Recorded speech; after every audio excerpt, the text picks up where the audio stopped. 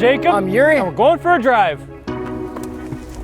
2020 Nissan Sentra. SR without launch control, brake boost.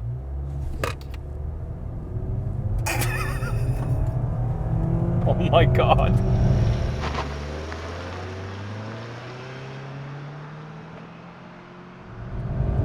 Oh my God.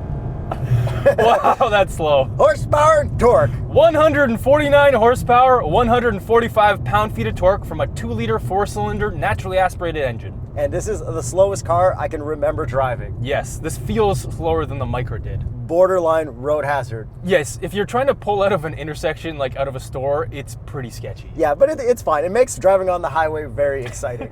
Very exciting because you're trying to merge with traffic desperately. Yeah. You're like, oh no. Turn the AC off. I've been driving too many BMW M's and AMGs. Okay, but this is genuinely slow. Yeah, and I guess this competes with the Civic and the Corolla. Yeah, and the Elantra as well. Okay, this is like way slower than all those for a similar price, which we'll get to at the end. It does feel like that. And what kind of transmission are we rocking in this bad boy? Well, Yuri, let me sing you the song of my people.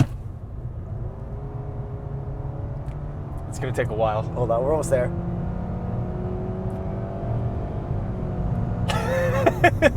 Okay, so it simulated the gear there. So it's a CVT. Yes, it is. It is Xtronic. Xtronic, the CVT. It's a CVT. That's the sequel to CVT. Yeah, I guess so. And you can get this in a manual version, but this one is not the manual. Yeah, you can only get the base model on manual, but that's only in Canada, I believe. And if you like watching affordable cars, definitely consider subscribing. Yeah, we do a bunch of affordable cars, but then we also do a lot of not as affordable cars. Yeah, so just subscribe for both. This obviously isn't meant for handling through Cliche Corner, but we might as well send it anyways. Might as well. Well, I can't downshift, there's no paddles, but that's fine. And sport mode on the shifter. There's not as much body roll as I expected, and you basically just kind of power through everything. Not that there's much power, but your foot's to the floor the entire time. It's predictable, and you can rip through it. It feels a little sketchy, but honestly, like, not the worst. If I was in a rush, I'd be okay with this. Yes. And then you mentioned you had it in sport mode, so the sport mode button is on the shifter below the handle. Yes, which is a very weird spot for it. And then you can also put it into L, which I guess is lower CVT gear-ish. Yes. And what I found is like when you're actually going through like the main turns at Cliche Corner, throw it into L and you stay in like the right gear-ish the whole time. But actual handling-wise, the steering feels totally normal. There's nothing weird there. The suspension is really comfortable, way more comfortable than I expected, but you're not getting any sportiness out of it, even though there's more horsepower this year than there was in the previous year. And even though it is an SR. Yes, which sounds kind of fast, but it doesn't make a difference. What was that older, cooler yellow Sentra called? The SER Spec V. Okay, so they just took out the E, the Spec, and the V. Yeah, they took out all of the good stuff. But apparently this does have active understeer control, so I guess it just tries to limit the understeer through the electronics. I think it works okay, but this isn't like about handling. And this also does have independent rear suspension too. Yeah, so just overall, it's not the worst, but it's definitely not the best. No, it's definitely not the best. But most importantly, it is comfortable, which is what you're gonna care about in a car like this. I guess more comfort stuff we can talk about out of complete order because whatever today. The seats. Yeah, the seats, zero gravity, space seats. Nissan, I was gonna say NASA. Nissan has the best seats. Every time I get into a car that I'm not comfortable in, I wish they had Nissan seats. Nissan, killing the seat game. And these are the first cloth ones that we've sat in, and they're equally comfortable. Yeah, they're nice, but like, I'm not used to cloth. Like, we have been getting spoiled lately. Yeah, obviously. And in terms of other drive modes, the only other thing that we have is Eco, and it's way on the left, not near the shifter at all. Yeah, kind of a weird place to space out your stuff, but I kind of get it. And while you're driving, if you do toggle through drive, low, sport, and Eco, you can really see where the RPMs sit to change the modes. Yes, and depending on what you're in, it will simulate fake gears. And I guess the person buying this would want it for commuting to work and they don't really care about cars. So they probably want adaptive cruise control, which is what this has. And the adaptive cruise control will come to a complete stop and go again, but if you stay stopped for too long, it just lets go and starts rolling forward. Which makes sense for a budget system. I mean, like, I don't get why cars do that, but I usually don't use radar cruise. Oh, I use it all the time. I don't use it in cars that don't have, like, the full features of everything. I want the full level 2, or I don't care at all. And this also doesn't have any lane keep, it just has, like, the lane departure warning. Yeah, it beeps at you and vibrates, which is, like, pretty good. And while you're driving in rush hour traffic on your way to work, did you notice that both your elbows are on the armrest and touching the wheel? Yeah, super comfortable position, and my elbows are actually super soft on both sides. And at a smaller height of 5'8.5" I can also have both elbows on the armrest and touching the wheel. And the steering wheel does telescope as well, which is really nice. It's obviously manual adjustment, just like the seats are as well. Yeah, but there is no lumbar adjustment on these seats. You need to get the SR Premium, which kind of sucks because I do like lumbar. And since this is one of the hottest days of the summer, this is front-wheel drive. You can't get it in all-wheel drive, so not a problem for us today, maybe in the winter, but still front-wheel drive, you'll be totally fine. There is no problem using front-wheel drive in winter. There's no problem using rear-wheel drive in winter. But some people think that, so I like to let them know that this is front-wheel drive, still not an issue. And that they're wrong. Yes. And to finish off the interior before I get behind the wheel of this and just toss it right through cliche as fast as I can, how about the Apple CarPlay and Android Auto? Okay, so it has both, which is great, and decent resolution. However, a couple problems with this infotainment. Number one, it actually has to load. There's a circle loading thing for both Apple CarPlay and Android Auto. Yeah, when you like switch from a different screen, which I've never seen before. Me neither. But it all works pretty well. Then we've got satellite radios, and it does rewind, which is nice. You got to click the replay button. And we've got a volume knob and a tuning knob, and the tuning knob works very, very well. And we've got hard buttons all below. And it's cool because not only can you go through all of your favorites with the button on the steering wheel on the left, you can also toggle through not favorites with this button right here. It's pretty much the best of all worlds for controlling radios. And one of the worst parts of this infotainment is the brightness. I can't get it bright enough. Yeah.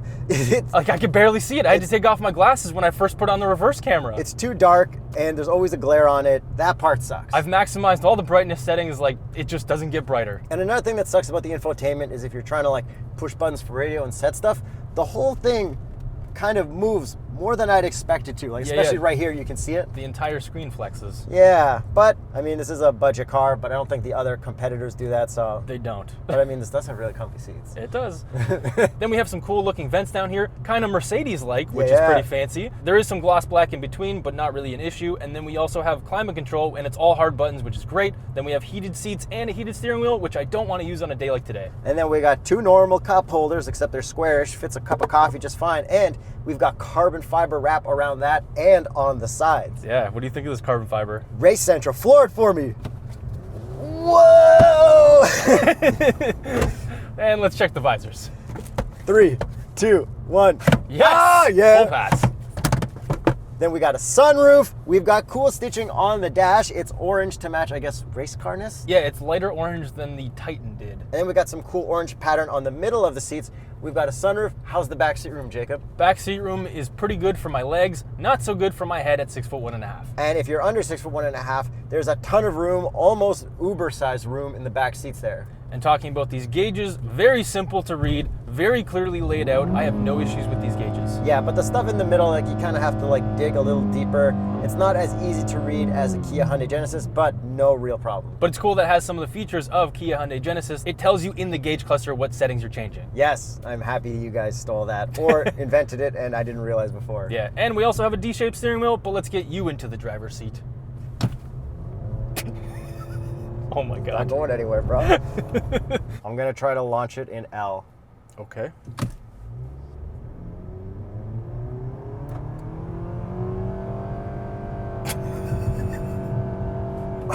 Okay, you really can't get past like any speed. I think it's a lot faster launching in D. Yes. But not a lot faster.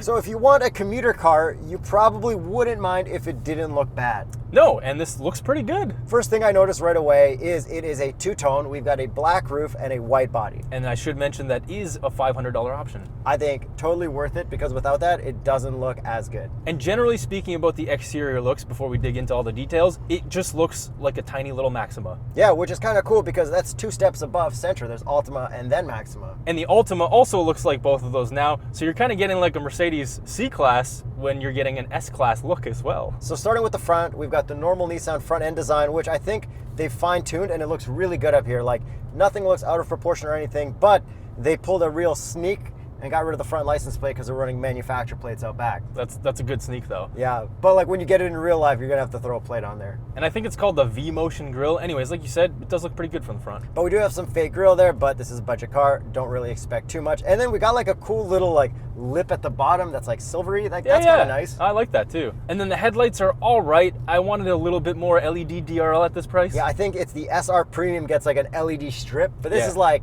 These are still LED, but you don't get the little strip. Yeah, I want cool DRLs. Exactly. And in the side profile, that's where you see the Ultima and the Maxima because of the two-tone roof. Yeah, and then also when you move down to the body lines, all the body lines are really good. Everything's very proportionate. Everything looks nice. It is white, so you're not going to get too many reflections or anything, but if you look closely at the paint, there is a lot of metallic and stuff in there. And I actually really like these wheels. They fit the car really well. Yeah, especially the two-tone. Yeah, and the size of them, like everything that they did with the wheels on this type of car is very appropriate. And what is the Continental recommended tire for this really, really fast Nissan Sentra SR? Well, it's the Continental Pure Contact LS. And to finish off the side, we do have like a little bit of lip kit at the bottom, and on the doors we do have a button to unlock everything. It's not like proximity touch, but at least the button's there. It all works. Keyless entry, it's nice to have. And moving on to the back end, I think the taillights are all right. They're good for like non-LED taillights, or like non-good LED taillights. Exactly. And then we do have a little bit of a spoiler up top, and we also have a real exhaust tip. Yeah, I mean, it doesn't like look super good or anything, but it is real. I appreciate the effort of that. I feel like for this price, it would cost more money to make a fake exhaust tip. Oh, for sure it would.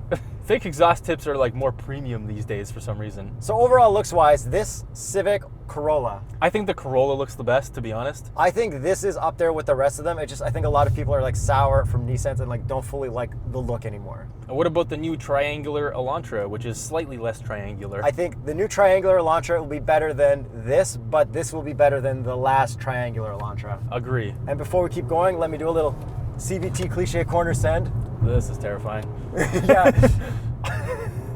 That active understeer control. I think it worked there. It didn't feel good, but I got through it pretty quick. And I did read through the literature for this car. Apparently, Nissan says that it shares the muscular, sporty design elements from models like the Maxima and the GTR. Well, that is true.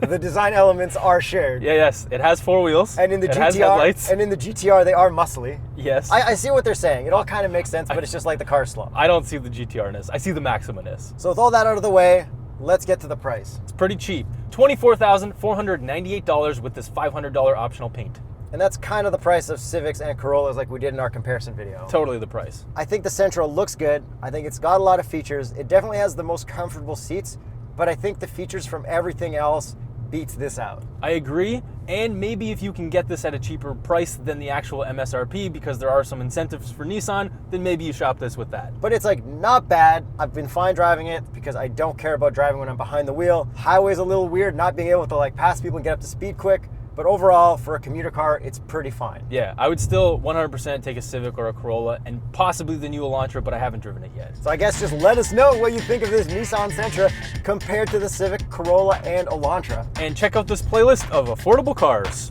We'll try to do more of them. If you guys watch them. Imagine if we had a GTI right now, though. Oh, that'd be fun. I bet everyone would watch that. By the way, he's floored.